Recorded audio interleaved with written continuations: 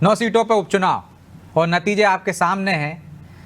जिन सीटों के नतीजे आने वाले वो भी लगभग तय हैं। कैसे देखते हैं आप? ब्रजेश जी, मुझे लगता है कि जो भारतीय जनता पार्टी ने एक नारा दिया था कि कटेंगे तो बटेंगे या बटेंगे तो कटेंगे, वो नारा निश्चित रूप समाजवादी पार्टी के लोगों ने भी उसको एक्सेप्ट कर लिया। और जिसका नतीजा ये है कि सीसामऊ जैसी सीट और करें तो चूंकि उनकी परंपरागत सीट है, वो जीत गए हैं निश्चित रूप से।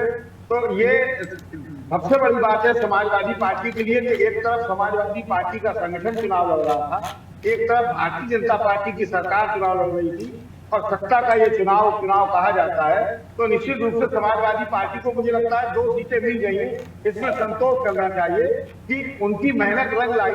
और निश्चित रूप से जो बटेंगे और कटेंगे वाला नारा था, वो समाजवादी पार्टी के लोगों ने भी एक्सेप्ट किया और उसी की एकता उन्होंने दिखाई।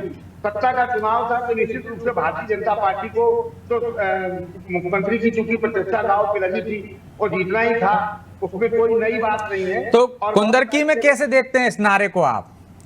ये तो 60% मुस्लिम बहुल सीट थी।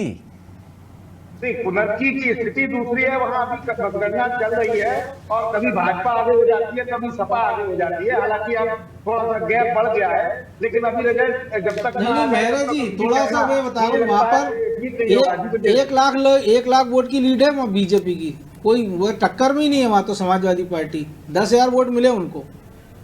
हाँ, निश्चित रूप से बिल्कुल बिल्कुल आपकी बात सही है, लेकिन जो चीज हम कह रहे हैं, सत्ता का चुनाव होता है सर, उपचुनाव, क्योंकि भारतीय जनता पार्टी का संगठन चुनाव नहीं लड़ रहा था, सरकार चुनाव लड़ रही थी। निश्चित रूप से दर्जन भर से अधिक तो कैबिनेट मंत्री वहां पहले से लगाए गए थे एक विधानसभा क्षेत्र में। उसके बाद मुख्यमंत्री जी के दौरे, मुख्यमंत्री जी की रैलियां, मुख्यमंत्री जी का रोड शो, तो सरकार का चुनाव है। सरकार ये उपचुनाव इतिहास इस बात का गवाह है कि हमेशा सरकार से हुआ करते हैं। जी विजय जी, लेकिन क्या आपको लगता है कि मुस्लिम वोट बैंक जो था समाजवादी पार्टी का एक तरह से माना जाता था, उन्होंने साथ छोड़ दिया समाजवादी पार्टी का इस सीट से? तो ये अंदाजा लगाया जा रहा है।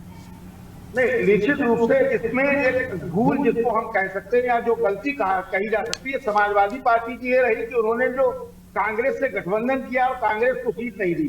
कांग्रेस ने मौखिक रूप से तो कहा कि हम आपके साथ हैं, लेकिन कांग्रेस का कोई बड़ा नेता जो सड़क से नहीं दिखाई दिया अखिलेश यादव जी के साथ, निश्चित रूप से कांग्रेस के उस न आने से समाजवादी पार्टी को खामियाजा भुगतना पड़ा है। जी विजय जी। सौर्या जी, कांग्रेस